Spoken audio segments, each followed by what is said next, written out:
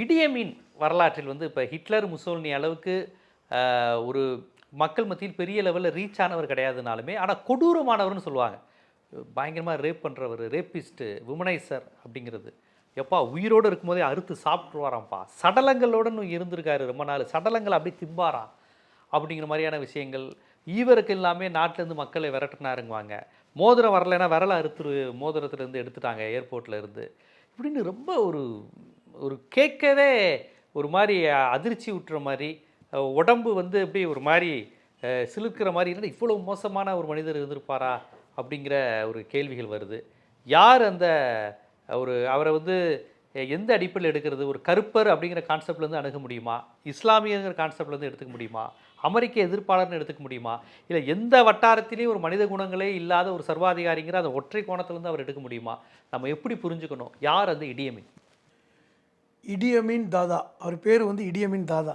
ஓ தாதா. அதாவது பேர்லேயே வந்து தாதாங்கிற ஒரு வச்சிருக்கிற ஒருத்தர் தான் இடியமீன் தாதா. தாதாங்கிறது நம்ம ஊரில் தானே ஊரில் சொல்லுவாங்க. பேர் ஒரு பேர் தாதான். உகாண்டா மொழியில் தாதானா என்னன்னு தெரியல நமக்கு. ஆனால் இடியமீன் தாதா அது அவர் வந்து ஒரு காக்குவா இன சமூகத்தை சார்ந்தவர். ஒரு அந்த பொதுவாக உகண்டாவில் பார்த்திங்கன்னா இருக்கிறவர்கள் எல்லோருமே வந்து இந்த மாதிரி காட்டுவாசிகள் தானே, ஒவ்வொரு இனக்குழு தான். காக்குவாங்கிற இனக்குழு தான் பெரும்பான்மை மக்களை கொண்ட ஒரு இனக்குழு. இரண்டாவது இந்த இடியமீன் வந்து அந்த கருப்பு இனத்தை சார்ந்தவர். நீங்கள் சொல்ல மாதிரி எதை எடுத்துக்கலாம் அப்படின்னு பார்க்குறதை விட அவர் ஒரு கொடூரமானவர், கொடூரமான சர்வாதிகாரி அப்படி எடுத்துக்கலாம். நீங்கள் ஹிட்லரை கூட அவரோட போட்டி போட முடியாது.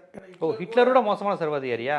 ஹிட்லர் கூட வந்து யூதர்களை கொண்டு குவித்தான் அப்படிங்கிறது ஒரு காரணம் கூட இருந்தது, தத்துவார்த்த ரீதியான காரணம் இருந்தது, இன ரீதியான காரணம் இருந்தது. ஜெர்மனுக்கு வந்து யூதர்கள் எந்த விதத்துலையும் நமக்கு பங்கீடு செய்யலை. முதலாம் உலக யுத்தத்தில் ஜெர்மன் தோற்றதுக்கு காரணமே யூதர்களுடைய சூழ்ச்சி.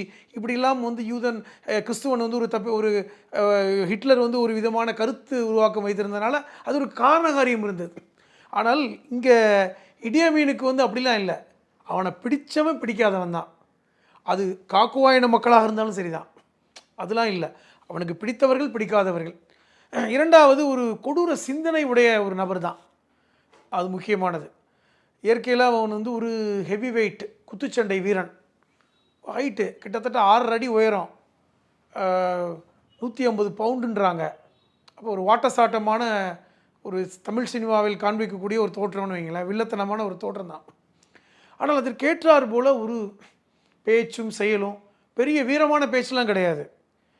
ஆனால் ஒரு கொடூர சிந்தனை, ஆட்சிக்கு வரணும், அதிகாரத்துக்கு வரணும்,